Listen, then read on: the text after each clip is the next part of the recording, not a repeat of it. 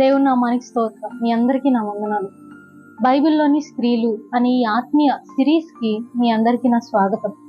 బైబిల్లో ఎంతో మంది స్త్రీల ప్రస్తావనని, వారి జీవితంలో జరిగిన సంఘటనని మనం చూస్తూ ఉంటాం.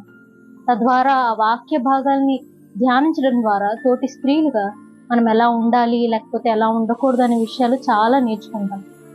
దేవుని యొక్క మెప్పు కోరే స్త్రీలుగా, మరి ముఖ్యంగా ఆధ్యాత్మికమైన భక్తి గల స్త్రీలుగా మనం ఎలా ఉండాలి, దేవుడు మన నుండి ఏం ఆశిస్తున్నారనే విషయాల్ని మనం ధ్యానించగలం. అయితే బైబిల్లోని స్త్రీలు అనే హెడ్డింగ్ పెట్టి పేర్లు రాయడం ప్రారంభిస్తే మొదటిగా మనం రాసే పేరు హవ్వ కదా. ఈ ప్రపంచంలోనే మొదటి స్త్రీగా, సర్వ మానవాళికి తల్లిగా అవ్వ పిలువబడింది.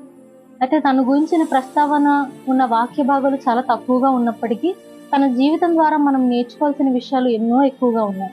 మనకి తెలిసిన విషయాలే అంటే పదే పదే మనం విన్న సందర్భమే కదా. సండే స్కూల్ పిల్లలకు కూడా ఆదాం అవ్వ గురించిన స్టోరీస్ తెలుసు కదా అని అనుకుంటూ ఉండొచ్చు. కానీ ఆ వాక్య భాగాన్ని జాగ్రత్తగా పరిశీలిస్తే మనం వాటి ద్వారా ఎన్నో ఆత్మీయ పాఠాలని ఖచ్చితంగా నేర్చుకోగలం.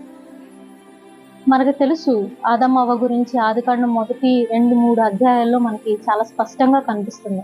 ఆ స్టోరీ అంతా చెప్పడం నా ఉద్దేశం కాదు, కానీ మనకు తెలిసిన విషయాలే. ఆదాముని దేవుడు మొదట సృష్టించి ఆదాము పక్కటెముకని తీసుకుని అవ్వను సృష్టించారని, వారిద్దరిని దేవుడు ఐక్యపరిచారని, వారిద్దరికి దేవుడు ఒక తోటనిచ్చి దాన్ని సేద్యపరచమని, కాయమని చెప్పిన విషయాలు మనందరికీ వాక్య భాగంలో స్పష్టమైన సంగతి తెలిసిందే.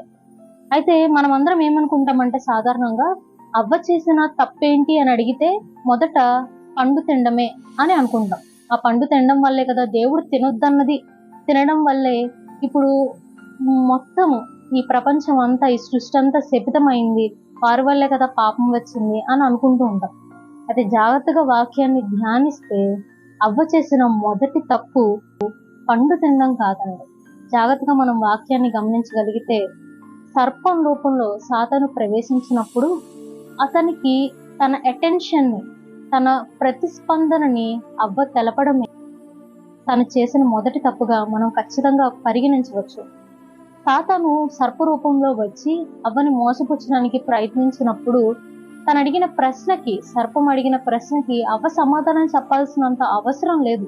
అయినా సరే అక్కడ తన టైం తీసుకుని మరీ సర్పంతో సమాధానం చెప్తుంది. అక్కడ సర్పం మొదలు పెట్టిందే దేవుడు వద్దన్న దాని మీద తన దృష్టిని కేంద్రీకరించాలన్న దుష్ట ఆలోచనతో అక్కడ సాతాను సర్పం ద్వారా ప్రయత్నాలు జరిపాడు. మనం కూడా ఒకసారి గమనించుకుందాం, ఇలాంటి స్వభావం మనకుందేమోనని.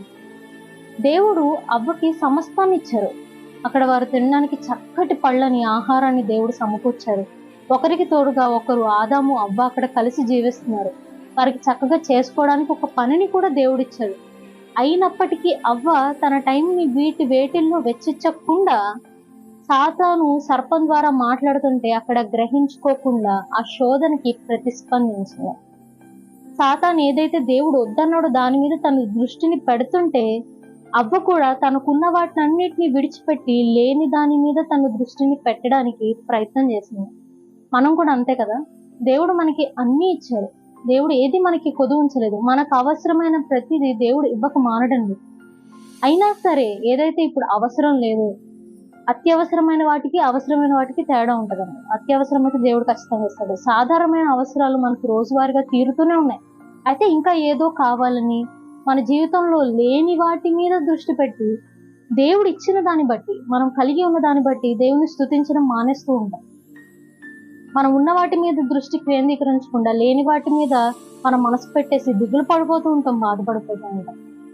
సాతాను కూడా మనల్ని శోధించడానికి ప్రయత్నించినప్పుడు మనం కూడా శోధన మీద దృష్టి ఉంచడానికి ప్రయత్నిస్తూ ఉంటాం.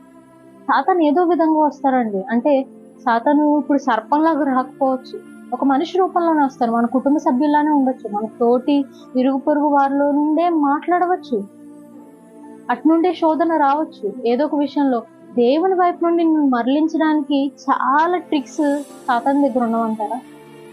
వాటి విషయమై మనం కేంద్రీకరించకూడదు. ఆ శోధన మీద మనం దృష్టి నిలపకూడదు. అవ్వ అదే చేసింది. అక్కడే తన మొట్టమొదటిగా తప్పటడుగు వేసింది. దేవుడు ఇచ్చిన వాటిని విడిచిపెట్టేసి లేని దాని గురించి ఆలోచన చేసి తన పాపంలో పడింది. అయితే రెండవదిగా మనం గమనిస్తే పండు అవ్వ తిన్న తర్వాత తీసుకెళ్లి ఆదాముకి ఇచ్చింది. తను తప్పు చేయడమే కాకుండా, తను పాపం చేయడమే కాకుండా ఆదాము చేత కూడా పాపం చేయించింది హవ్వ. మనం కూడా చూడండి, మనం పాడైపోవడమే కాకుండా పక్కన వాళ్ళు కూడా పాడు చేయడానికి ప్రయత్నిస్తాం.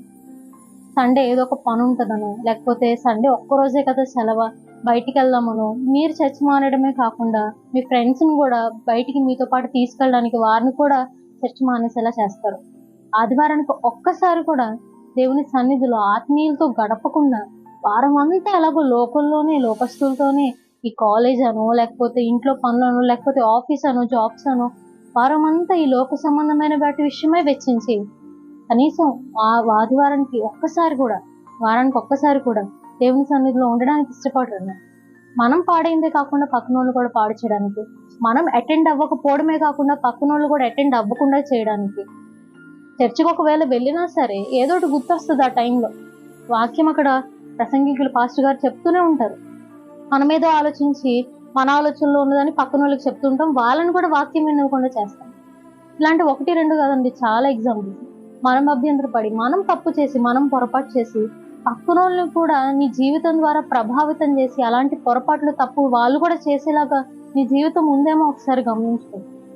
మన జీవితం ఉందేమో మనం ఒకసారి గమనించుకుందాం. అవ్వ అలానే చేసింది. తను తినడమే కాకుండా చక్కగా తీసుకెళ్లి ఆదాము చేతికి ఇచ్చింది. ఆదాము కూడా ఆలోచించకుండా తినేసి ఇద్దరు పాపం చేశారు. మనకు తెలిసిందే తర్వాత ఏం జరిగింది అనే విషయాలు. వారిద్దరు దాగుకోవడము, వారు దిగంబరులే ఉన్నారని వారికి తెలియడము. దేవుడు అప్పుడు పిలవడం ప్రారంభిస్తారు, ఆదాము ఎక్కడున్నావు అని. ఒకసారి ఇక్కడ ఆలోచించండి, దేవునికి తెలియదా ఆదాము ఎక్కడున్నాడో? వారు దాక్కున్నారన్న సంగతి, వారు తినొద్దన్న పండు తిన్నారన్న సంగతి దేవునికి తెలియదంటారా? తెలిసి కూడా దేవుడు ఎందుకు ఆదామా ఎక్కడున్నావని పిలిచారు? మరొకసారి ఆదాము అవ్వకి దేవుడు అవకాశం ఇచ్చారండి. పిలిచిన వెంటనే ఆదాము కనుక పరిగెత్తుకుంటూ వచ్చి, ప్రభు నువ్వు చెయ్యొద్దన్న పనిని నేను చేశాను, నువ్వు తినొద్దన్న పండుని నేను తిన్నాను, నన్ను క్షమించి అని అడుగుంటుంటే పాపక్షమాపణ పొందుకునేవాడేమో.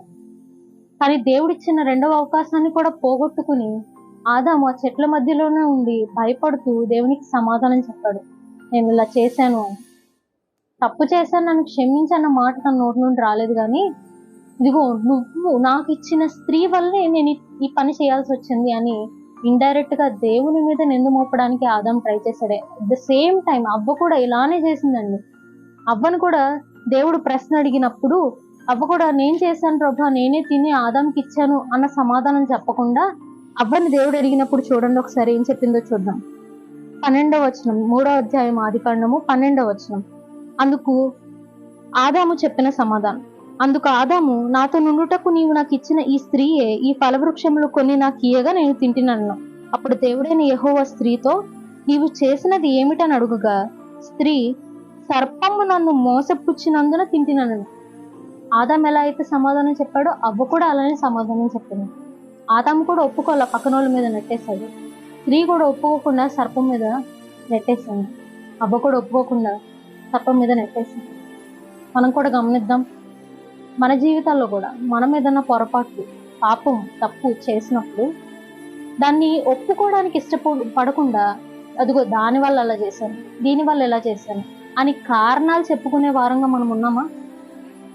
దేవుని వాక్యం చెప్తుంది, తన అతిక్రమములు దాచిపెట్టువాడు వర్ధిల్లడు గాని దాన్ని ఒప్పుకుని విడిచిపెట్టువాడు కనికరము పొందును అని సామెతల గ్రంథంలో రాయబడి ఉంటుంది. తప్పుకోవడానికి ప్రయత్నిస్తూ ఉంటే నువ్వు ఎప్పటికీ క్షమించబడవు, కనికరము పొందవు. దేవుడు కనికరం చూపడానికి, నీ మీద జాలి చూపించడానికి ప్రయత్నిస్తూ ఉంటే నువ్వేమో నీ అతిక్రమాన్ని ఒప్పుకోకుండా దాచుకోవడానికి, పక్కనోళ్ళ మీద నెట్టేయడానికి, తప్పుకోవడానికి ప్రయత్నిస్తూ ఉంటే దేవుడు ఎందుకు కనికరం చూపాలండి? మనం చేసిన పొరపాటుని, తప్పుల్ని దేవుని దగ్గర ఒప్పుకోగలిగితే దేవుడు కనికర పూర్ణుడు గనక, దయ చూపించేవాడు గనక మనల్ని క్షమించి మరలా మనల్ని స్థిరమైన విశ్వాస జీవితంలోకి కొనసాగేలాగా దేవుడు మనకి సహాయంగా అనుగ్రహిస్తారు. అవ్వ చేసిన పొరపాట్లు, వాటి ద్వారా మన జీవితాల్లో కూడా మనకి ఎన్నో మంచి గుణపాఠాలని నేర్పించింది. సాధారణంగా అవ్వ గురించి ఆలోచన చేస్తే ఎవరైనా ఏమనుకుంటారు, తను చేసిన తప్పులే కనిపిస్తాయండి. తను చేసిన ఒక్క మంచి పని కూడా మనకు అక్కడ కనిపించదు. ఎక్కడ చూసినా అవిధేయత కనిపిస్తుంది.